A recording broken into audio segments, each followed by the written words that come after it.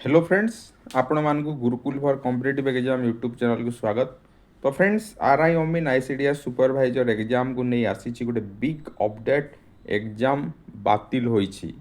तो केबे एग्जाम हेबो से विषय मध्ये कहा जाईछि केते दिन मध्ये नोटिफिकेशन बाहरिबो। तो से ऊपर आम डिटेल्स आलोचना करिबा। ता पूर्व जदि आपण हमर चैनल को सब्सक्राइब करि नाहंती सब्सक्राइब करंतु एवं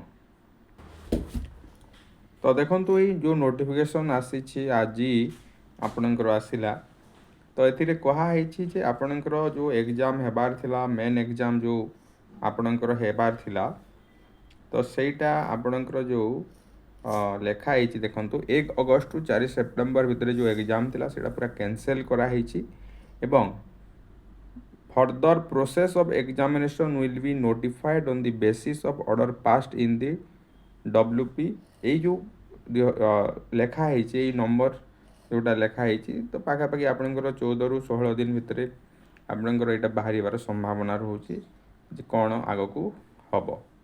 तो आ गोटे कथा आपन को कहबी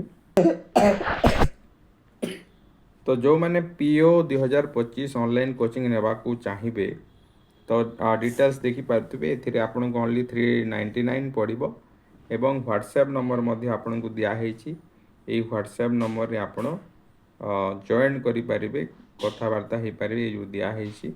तो क्लास एप्लिकेशन रे भी हेबो live class recorded video PDF study material mock test doubt clear class एटा सब हेबो एवं एटा अगस्त 5 तारिख रु आपणकर आरंभ हेबाकू जाउछि।